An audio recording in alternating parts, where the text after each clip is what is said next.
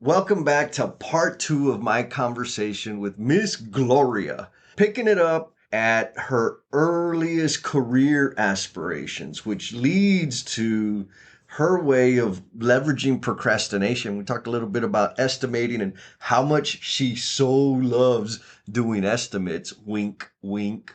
And then, like, this part gives us the significant learning she's had as a result of a painful misstep, which is super close to my heart because it's about taking action. And I hope you have some snacks available because we talk a little bit about snacks and they might give you the munchies, but make sure they're healthy snacks. Here we go to Miss Gloria.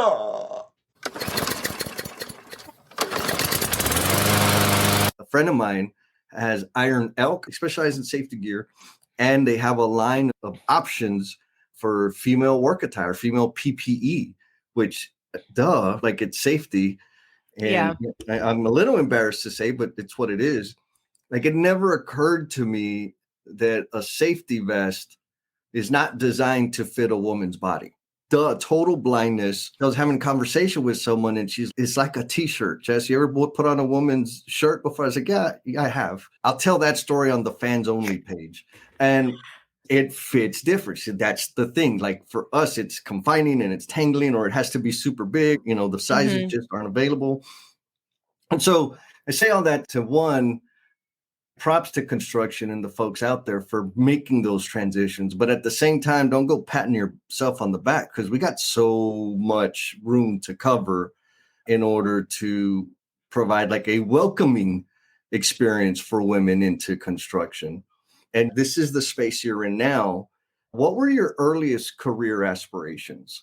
So, if I have to be honest, I don't think I really had any early career aspirations. I went to private school. I did everything I was told. I did every after school activity and tried my best and sucked at all of them. I was not very good at sports. I was a mediocre dancer, but I loved dance and I loved music. So that's the one that I really stuck with the most. Theater, the arts. I got into a good school. I went to Baylor and I just did all the things that a good girl is supposed to do. Sure. And I say that with a huge smile on my face because I'm very grateful. But at the same time, I didn't really have any specific aspirations. I was that kid that went to college and just picked a degree program because it made sense or it was easy to transition to something else. I studied communications and international relations. Maybe wanted to be some type of lawyer or something. I argue with the building department now. It's the same thing. Same thing.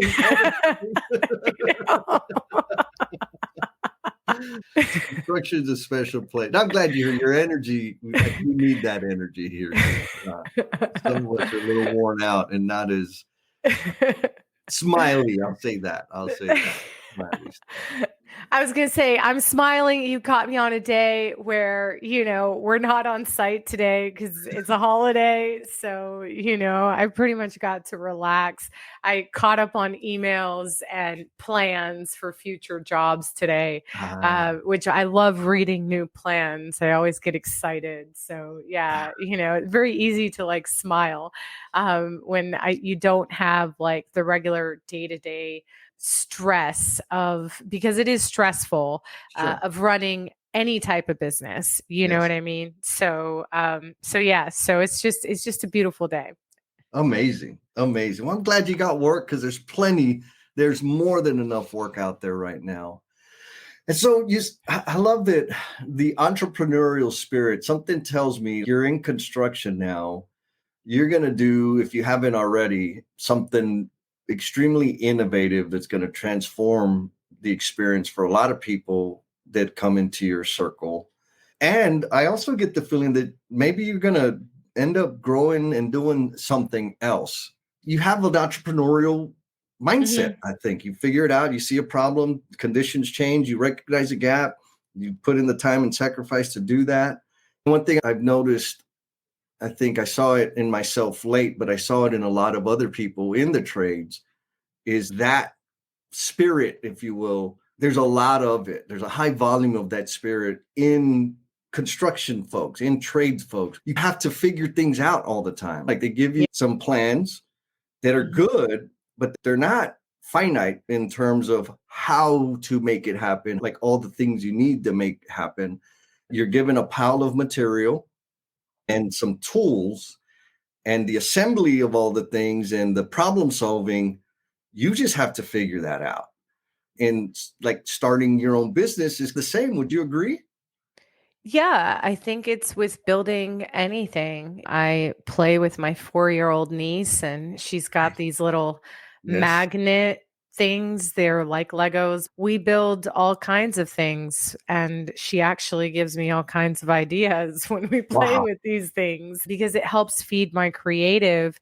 And I think it's with building anything, Yeah. really, whether it's a business, whether it's building a family, building, I don't know, a garden. A lot of people are into growing their own food now. Yep. And if you know anything about botany or growing plants or anything of that nature, just growing anything, it's a process. And with each process, there's learning. Sometimes things don't go like you planned, and you got to go, oopsie, start all over again. And I use the example of my 4-year-old niece because in playing with kids or even talking with kids in speaking at schools, particularly schools with much younger kids, and just explaining what we do, we start with a foundation. And what Yeah. does that look like? And we need this person and this person. And most of them, we can relate it to a team sport. And so I always tell people construction is a team sport. And Absolutely. so we need somebody who's good at drawing. And let's bring that person up. Who's good at math? Let's bring that person up. Who's good at cutting? Let's bring that person up. Who's good at painting? Let's bring that person up. Yeah. And then let's bring some strong people, because even though people like dog on the laborers, like we need those strong people to come in, put everything together. And then there's the people who love to play with their hands or do things like video games and are very detailed oriented from far away. And those are like your crane operators and like specialty engineers and things of that nature. And so there's a place for everybody in the construction industry. And whether you're working in the back office or the front office, and our business has evolved since my owner representation business in Texas, working with investors. We work with building owners now. I also have my own license in upstate Westchester County, New York, as well as in Greenwich, Connecticut. And I'm a licensed contractor as well now, and doing my own stuff. And I aspire to be a developer at some point. And I work with developers now and work for developers, but I'd love to do my own developments. And I was an average student that just studied really hard and procrastinated and stayed up really late to get all my homework done. And by the grace of God, always got like an A or something. Yeah. Like the longer I wait, the more I procrastinated, the better my grades always were. And I do that with estimates now, by the way. Oh, that's too good. Yes. The longer I wait, the better the estimate comes out. There's nothing like a deadline to make something happen. I'm very much the same. I will usually work on whatever the deliverable is as late as I possibly can. But that's from me having a whole bunch of stuff that I've got balls in the air, doing everything. And there's a new thing, proposal. Okay. Friday. Okay. I'm doing it Thursday night or Friday morning. Friday morning for me. Yeah. For me, it's because I don't enjoy those things. Now, give me a construction project and a set of plans and a client that wants to start right away. And I'm like, whoa, hold up. No, I'm like, hold up. We got to pre-plan this. We got to sit down. What are you talking about? This isn't how we operate. We're not even starting without a finished schedule. Slow it down, buddy. Slow it down. Yeah. So it depends on what it is, right? That goes to knowing like what you're good at, a business owner, as a leader, and as an entrepreneur, and just delegating. I know the stuff that like I love to do, And I know the stuff I don't love to do. And having people on maternity leave sometimes means, as the business owner, I have to take on some stuff myself again. These estimates and proposals is one of those things I'm doing right now again, because it's too much to have to train somebody to do it. I'd rather just wait 3 months, do it myself. But as I've been taking this task on myself again, I've realized that I'm like, man, this is why I delegated this off. Yeah, because I hate doing these estimates. I don't enjoy it. If it was up to me, I'd literally go to the site like an old contractor, put my hands on my hips and be like, yeah, I think it's going to be about $200 a square foot, give or take. That'd be great. I don't have time to do some math. I'm like, it's going to be this many boards. It's going to be this many guys, then we got to do this with the floors. I think of all the different trades and I start to add up dollars in my head and I'm like, yeah, give or take this. So along the way, and you've had a whole ton of life experience, are there any particular oopsies that you had significant learning from a painful misstep that you'd like to share with our audience? Yeah, the biggest oopsie I think I had was not getting into this industry and switching to construction from the real estate and banking side earlier. I think in a quest to be the perfect good girl and to please everybody, including society. Society always said we had to go to college and get these perfect white collar jobs and whatever else in an effort to please everybody else but myself. And in an effort to tick every single box that I was told I had to check, I lost a lot of pieces of myself. And I learned getting back into the construction industry. And I say getting back because I feel like I grew up there and I just kind of have always belonged in some sort of field type work. I wish I just would have done it sooner or explored a career in the trades sooner, or it would have been presented to me to go to a trade school while I was in high school, like kids do in Europe and in Canada and everywhere else but the United States of America, so that I could learn that I enjoyed working with my hands. And that really was the cure-all to all of my anxiety and all of my couldn't sit stillness. The bank had to get me a stand-up desk. First of all, it started with the hip. I needed my hip surgery and I was in hip rehab and everything else. But then my boss realized I worked better standing up, and I'd made a makeshift stand-up desk with boxes. Ah, okay. But that was not OSHA safe. Sure. So, even for an office, I somehow ended up convincing them to buy me one of those ergonomic stand-up desks and never went back. And then other people in the office started to ask for these ergonomic stand-up desks. But I was way more productive because I wasn't sitting still or trying to sit still. And for people who've been paying attention on this podcast, if they can see the video, they'll notice that I have a very hard time sitting still. It worked out that way. But this is not an ergonomic desk, but I only sit at this desk when I do podcasts or I'm reading plans. I do have an office in the city and I go there and I have designated office days, which is every Tuesday. And I do that to stay organized. I still don't like the office stuff. I'd rather be in the field. Thank you for that. It seems like a small thing, but it's huge. What I love now with the ergonomic desks, most of the offices I go into now, like the job site offices, they'll have the adjustable desks for people who stand up or sit down or whatever. But when you talked about the bank saying, getting you a stand-up desk, it reminded me right after COVID, when they let us go back to the office, my former boss, Mike Kyman, he's like, hey man, everybody's working from home. Why don't you come over here and sit next to my cubicle? Because my job, I was traveling, my role was traveling all over the place. So I didn't have an office. Just post up over here instead of the little break room or wherever I was. And I was like, man, I don't know if you want me near you. He's like, man, just come on. Okay, cool. So I'm sitting like right next to him, cubicles apart, and he's throwing things at me. And I'm thinking we're just goofing off, right? So I throw stuff, paper clips back at him. And then he starts like, dude, can you like settle down over there? What are you talking about? What am I doing? And then finally, it was like the next day, 10 o'clock in the morning, 2 days. This was the second day.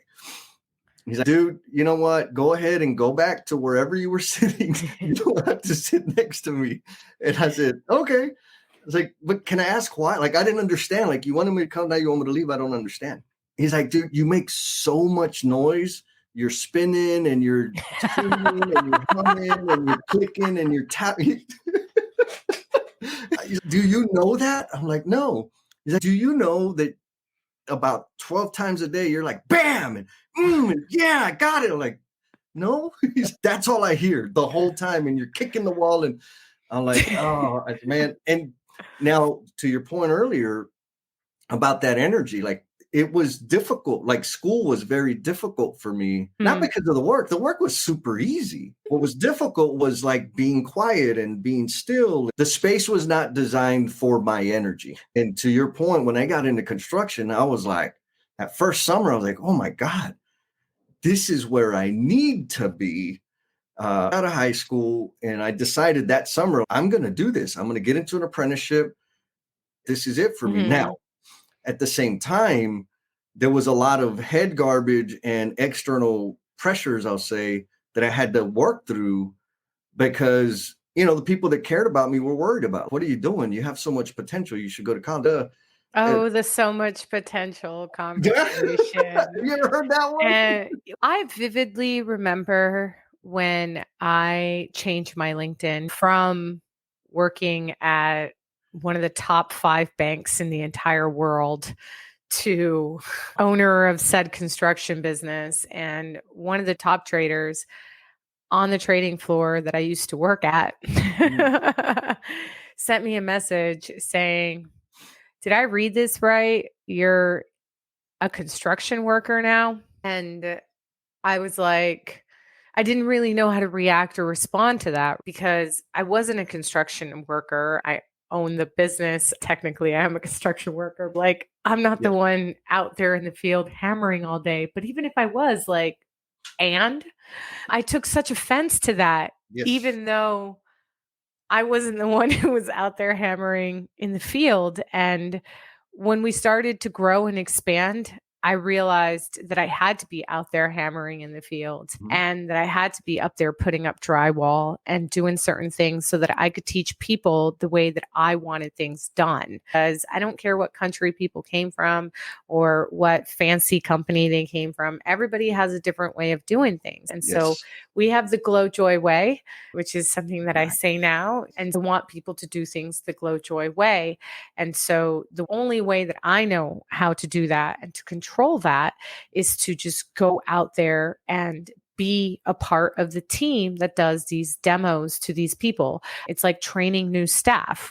Even if they're subcontractors, we still want to go out there and demo to them. This is how we prep sites before we even open our toolboxes. This is like where the signage goes. These QR codes, they're not just here for fun. This is where you get your plans. You notice there's no plans on site. That's because we want to make sure you're always working from the right set, and so on and so forth. There's certain things that I do in a specific way, and you touched on it earlier. And we use technology, we use AI, we use software. We're very limited in staff, but where I lack in staff, I have streamlined operations that are connected through these things called APIs, and everything's just connected to each other, right? Just like everything here is connected to each other. And I didn't connect it, but it is. And knowing that there is technology like that to help facilitate us in the construction industry is where we excel. Where we lack the years of experience, we hire. And I'm truly blessed to have some pretty awesome, very experienced tradespeople on our team. I've got my own experience, obviously, and together we've created a very nice way of doing things and get a lot of great repeat clients. The owner representation business functions on its own. We've got some great project managers that work for me now, Nice. and we've turned them into mini Glorias. And they each have their own territories and work those territories. It's a small little business, and I have a lot of aspiration, of course, and a lot of energy, which this industry needs. But the biggest thing for me is I feel like I'm a Jesus girl. So I just feel God has turned the construction industry into a little bit of my ministry. And Okay. the construction industry has become a place for not just for me to offer people work and also to help bring people to the industry and to bring awareness to the industry, but also to just help the younger trades where maybe they don't feel like they fit in or they feel uncomfortable talking to HR personnel because they've never worked in a corporate environment, or mentoring young women to make sure that they finish those 4 years of apprenticeship and whatever happened on XYZ job site because is an ignorant Yep. man who was raised by the wrong people is not your fault, it's his. And Yeah. so many other things. And I see the construction industry almost like a calling. Yeah. And so I'm not here to save the whole industry. And I know it's not my job, but I will definitely do my part in leaving the industry better than I found it 100%. You know, that our mission here at Glowjoy to just leave this industry in a better place than we found it, and to just do our part in making construction industries, businesses operate in a better way, and to communicate with more transparency, and to treat clients and to treat tradespeople right. It doesn't matter size, it doesn't matter age, race, gender. I mean, we live in a world where you could do a lot with tools. Maybe 20, 30 years ago, when we didn't have a saw, needed a big burly man to come in and cut certain things. But bro, we got tools now. Yeah. There's nothing you can do that I can't do. We got science. And Yeah. even then, I say that laughing, but I also want to say to the young women that sometimes we are going to need a man's help. And genetically speaking, as men and women, our bodies are just built very differently. So, as I laugh about there's nothing they can't do that I can't do, there is a lot of jobs they can do that I can't do. And I respect that. And I respect the fact that we have people that are stronger than us and that are capable of doing things that I will never be able to do. And so I say this to the young women who are listening to your podcast, because I know as women, sometimes even at the gym or with our vehicles or whatever else, we're so scared of asking for help because it'll be seen as a weakness. And it's not, it's just the way the world works. And there's certain things that guys can't do. That's why women make for much better project managers. I'm sorry, guys. Y'all suck at organizing jobs. There's something about women and that motherly instinct and being able to run a household and a bunch of kids and after school and all this other stuff and PTA and whatever that y'all just can't do. I'm sorry. And I know there's exceptions, and I know that might sound sexist, but it's not. There are just certain things that women are genetically wired to do better, and vice versa. And we just have to respect that. And so even on the job site, so somebody says, hey, let me carry that for you. You know what? I'm an old lady. Go ahead, carry that, Come bro. on. Yeah. Knock yourself out. Go for it. Oh, that you just touched on a whole bunch of things that I think are like uber important. Asking for help. It's not a weakness. It makes you human. And we all can benefit from help. Getting past whatever hangups we have about one gender or the other gender is important, while also embracing the fact that we're designed to be really great at some things and not so much at other things. That is a truth. And just coming to terms with that, I think, alleviates a ton of stress. One thing that's really standing out to me, Gloria, is your business is the vehicle for doing it, the Glowjoy, but it starts with you. And there are very few leaders that I've heard speak in appreciation of the client and the installer with the same joy. And that comes across to me in a big way, because what I've been able to witness or experience is a heavy emphasis on serving and pleasing the client at the expense of their people.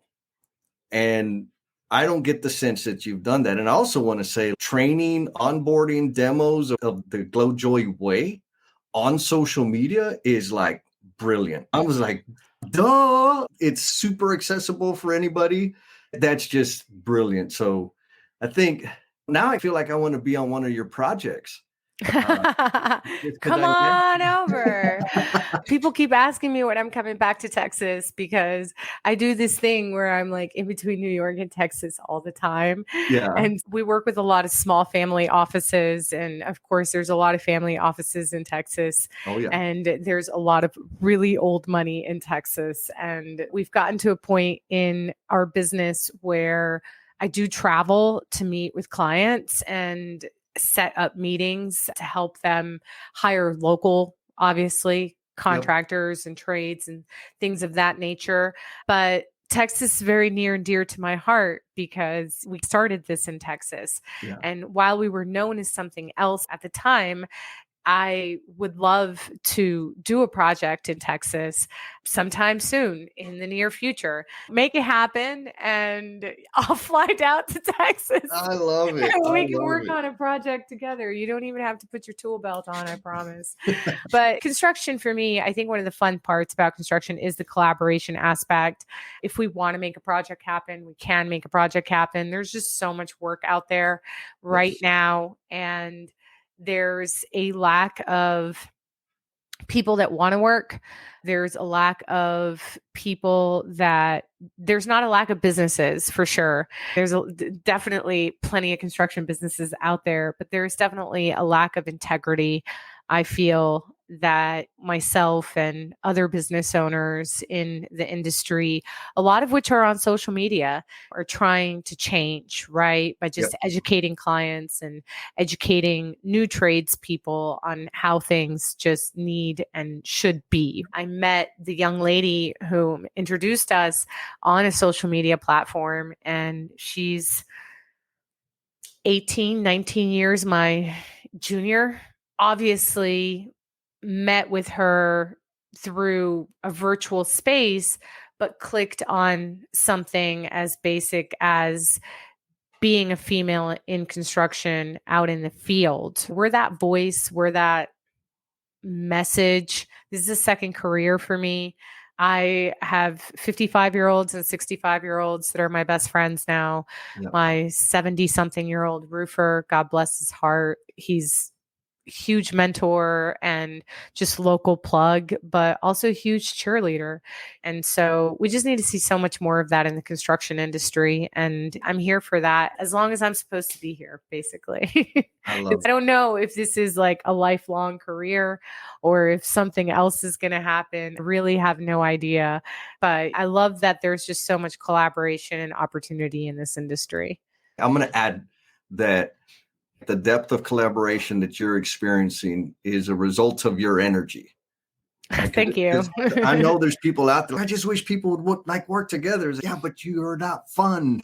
Like, you're not fun to be around. That's why people don't collaborate with you. I could be not fun on site. Like, people have tried to one up me, and people have tried to insult my intelligence. And I know a lot of it has to do because I look young. Yep. I always tell women this. A lot of times it has nothing to do with your gender. It really has to do with the fact that you look young. And for me, I know I look young and inexperienced, and it would happen to me in any job or any place that I went to. It happened to me when I got into banking. Happened to me when I was in real estate, still happens to me to this day. And I have the license on my business card. It's the licensed contractor and all the information, but nobody cares. They're like, she looks like she's 25. I think that has a lot to do with it as well. I do have a lot of energy, and that's scary to people sometimes. They're like, whoa, she's just too much. I used to try to suppress it, but I've just learned that it's my superpower. Yes. People come to my job sites, they know it's going to be a lot of energy. Gloria's always going to have healthy snacks. She's going to make fun of you for drinking soda and Yes. bring you water, tell you to put Yes. sunblock on and knee pads, all the things. I had one apprentice whose mom actually called me 2 months in and thanked me Yeah. because her son had lost like 15 pounds working with Wow. me. Nah. And she was like appalled. And she asked me how. And I said, I tell them that, especially if we're working in high rises, we're way too busy for them to go out for lunch. So I bring lunch, and lunch is usually something healthy. It'll be yummy, and I'll have like yummy sauces and stuff from Trader Joe's or whatever, but it'll typically be something yummy. Otherwise, I know they're going to go to McDonald's or Taco Hell or the food truck, like you said earlier, and they're going to not be as productive for the rest of the afternoon. And same thing in the morning. I'll bring yogurts and parfaits, and bananas, apples, nuts as snacks. My construction workers are spoiled. Now I know I need to be on one of your. This is a lifestyle. They're family. I have an office, and I have my healthy office snacks. So it's a culture. It's just part of being with us. But at the end of the day, you spend more time at work than you do at home. And we don't have a ton of stuff in house or a huge, ginormous team. I do try to make it fun, make it joyful, make the experience for the clients also be fun and joyful. It's a lot of money people are spending, a lot. And so even the process of a change order, we try to make as seamless as possible, and just an experience where you want to do this because your new roof's going to last another extra 10 years, or you want to take this extra time to put subflooring and spend extra money on replacing this ahead of putting new floors. I know that the construction industry can be frustrating and unpleasant and a roller coaster, and a lot of people, particularly on the residential side, have nothing but freaking horror stories, but we strive to be the exception for that. And nothing will ever be perfect. I think setting expectations ahead of time is really the best way to go. Yes, agreed. I hear this a lot. Like, yeah, Jess, in a perfect world. I'm like, how about in the world that we're creating? Yeah. You're right. The idea sounds a little nutty, but I bet we could make it happen. We just got to put in the time to make that damn thing happen. We do. And don't be afraid to just lean on your network. I have a lot of mentors that are part of my team, and I lean on my mentors. I spoke to one of my mentors earlier today. He called to check up on me because he hadn't heard from me in some time. I told him about this one project that I was estimating and what I was thinking in my head, and ran through everything with him. In 10 minutes, he was like, sounds like you solved your own problem. And I was like, I didn't even know I had this problem until you called me. I needed somebody to talk through with it. I call on some people or send DMs to people just to say, hey, how's it going? I haven't heard from you in a while, blah, blah, blah. Just because people seem like everything's fine or successful or this, that, or whatever. Check on your friends, check on your strong friends, and check on your mentees, even the ones that seem to be doing pretty well, because we always need help. And a lot of times we don't want to reach out for help. Going back to that whole asking for help thing, right? Yeah. I have a great support network. It's also knowing that slow and steady wins the race. I'm not trying to build this multi-billion-dollar construction business overnight. I'm not trying to compete with some of these larger prime contractors like Gilbane or Turner or what have you. But I'm also going to do things my way. I'm not going to do things the way that the construction industry has said that I have to do it. Does that make sense? 100%. Yes, ma'am. 100%. So are there any folks out there you want to give a shout out to? I know you mentioned your roofer and your mentor. Any other folks? If people have listened to any of my other podcasts that I've been a guest on, they know that I always praise my father, and I'm constantly praising my grandparents who were really the example of who I am and what I strive to be, because I don't even think I'm there yet. Shout out to my dad and both of my grandparents and just all the other entrepreneurs in my family who set such a good example for us, and also just set a foundation for us to grow from. Because I do believe that the next generation of entrepreneurs in my family is just that much better than the last generation. And it's just because we've learned and grown from them, thanks to all of their hard work and the efforts that they made, to sacrifices. We just have more. Also, just a shout out to all of the people who have taken the time to listen to today's podcast. If you've listened to this, I really appreciate you for being here and for listening and for tuning in. Just want to give you a shout out for even being remotely interested in the construction industry. And of course, folks know that my DMs are relatively open, pretty accessible, particularly to young ladies in the construction industry who are just looking for a mentor or somebody that they want to bounce ideas off of. Amazing. Well, it has been a pleasure hanging out with you and feeding off of your energy. Did you have a good time? Absolutely. I definitely enjoyed my time with you. Kudos to you for taking the time to put this together for the industry, because it definitely needs it. And more people just need to know about construction careers and people in the construction industry as well. I hope you caught the part where Miss Gloria was talking about mentoring and checking in on people, staying connected, even the strong people, right? Sometimes it's the strongest people in our life that carry the weight for a lot of people. And just that simple, hey, how you doing? Want to make sure you're okay, contributes to their mental health and mental wellness, because we all want to know that we're supported. And again, the mentoring thing, right? She just said it out there, right? Any young ladies that are looking to bounce some ideas off of her, get in contact, look for some direction, she's totally open to it. And I hope the L&M family, rather, I know the L&M family feels the same way about mentoring. And a little exciting pre-post announcement, Jennifer Lacey and I are going to be in Austin, Texas at the Soul Built Conference. And we're going to be delivering the emotional bungee jumpers experience live and in person with the whole group of folks at this conference. I cannot wait, because I want to see people get uncomfortable.